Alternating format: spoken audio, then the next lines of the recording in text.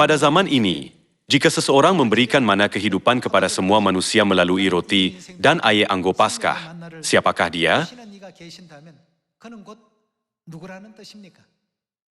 Siapakah yang memberi umat Israel mana pada zaman Perjanjian Lama?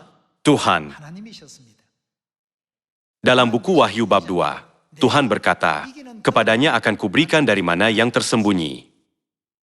Pada zaman ini pun, hanya Tuhan yang dapat memberi kita mana. Pada saat Yesus bercakap dengan orang Yahudi, dia ditanya, "Tanda apakah yang engkau perbuat, supaya dapat kami melihatnya dan percaya kepadamu? Nenek moyang kami telah makan mana di padang gurun."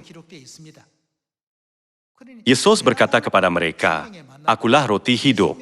Aku akan memberikan roti hidup kepadamu." Apakah yang dia maksudkan? Tanpa menggunakan istilah Tuhan, mereka harus mengenali dia ialah Tuhan.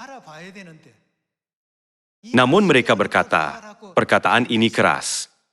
Ramai orang berpatah balik dan tidak lagi mengikut dia. Sepanjang zaman kegelapan, apakah yang berlaku kepada mana ini? Yaitu kebenaran Paskah Perjanjian Baru, ia tersembunyi. Selama 1600 tahun, tempuh yang panjang, tak seorang pun dapat mencarinya, mendedahkannya atau menyimpannya. Jadi, dalam buku Yesaya bab 25 digambarkan sebagai anggur yang tua benar. Dalam buku Wahyu, ia digambarkan sebagai mana yang tersembunyi. Siapakah dia yang memberi kita mana ini? Jika Tuhan datang dan memberi kita mana, kita harus segera mengenali, "Oh, inilah Tuhan." Pada zaman ini, dikatakan bahwa ada ramai pemimpin agama. Namun, menurut ramalan Alkitab, siapakah dia yang memberi manusia roti dan air anggur Paskah pada zaman ini? Siapakah yang melakukan kerja ini? Dengan melihat kerjanya, kita mesti mengenali dia dengan segera. Walaupun ramalan-ramalan itu dipenuhi di depan mata orang Yahudi, mereka tidak dapat mengenalinya. Apabila Yesus masuk ke Yerusalem dengan menunggang keldai, ramai orang keluar untuk menjemput dia. Mereka menanggalkan jubah mereka dan membentangkannya di jalan, berseru, "Hosana, diberkatilah dia yang datang dalam nama Daud."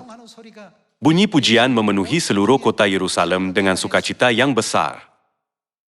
Walaupun ada suara nyaring memuji Tuhan, orang Yahudi tidak menyadari peristiwa ini sebagai sebahagian daripada ramalan. Sebaliknya, mereka meminta Yesus untuk membuat orang berhenti memuji dan bersorak untuk dia. Ketika itu, apakah yang Yesus katakan kepada mereka? Jika orang ini diam dan tidak menjerit, apakah yang akan berteriak? Batu akan berteriak. Kalian, walaupun ramalan sedang dipenuhi, ramai orang hanya menjalani kehidupan harian mereka dengan fikiran duniawi.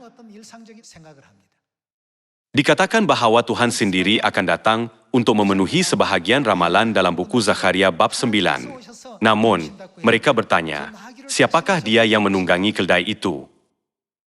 Yesus bukan sahaja menjanjikan kehidupan kekal kepada orang yang makan dagingnya dan minum darahnya pada kedatangannya yang pertama, tetapi juga kepada mereka pada akhir zaman dengan cara yang sama. Kalau begitu, siapakah dia yang memberi kita roti dan air anggur?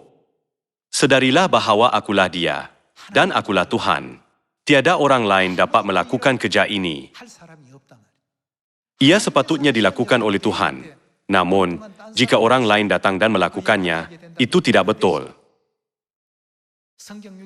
Walaupun kerja-kerja Yesus mengenai Paskah diperincikan dalam semua 66 buah buku Alkitab, tiada gereja yang menyambut Paskah.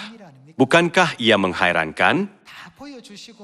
Walaupun Tuhan menunjukkan dan mengajarkan segala-galanya, ada sebab mengapa ramai sarjana Alkitab dan pemimpin agama hari ini tidak menganggapnya penting.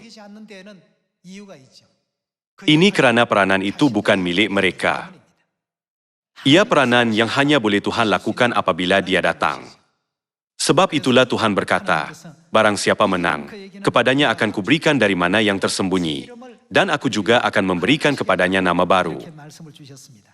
Tuhan berjanji bukan hanya memberikan mana yang tersembunyi tetapi juga nama baru yang berbeza daripada nama yang telah Dia gunakan apabila Dia datang ke bumi buat kali pertama, kepada orang yang memahami dan menerima mana itu dengan betul. Nama itu bukanlah Yesus lagi tetapi nama baru Yesus. Nama baru Yesus ialah nama Dia yang membawa mana. Bukankah Dia ialah Kristus An Sang Hong? Bapa An Sang Hong mengisytiharkan kebenaran Paskah Perjanjian Baru kepada kita dan memberi kita mana kehidupan. Semua kejatuhan terkandung dalam ramalan Alkitab. Sudah dikatakan, kitab-kitab suci ini memberi kesaksian tentang aku.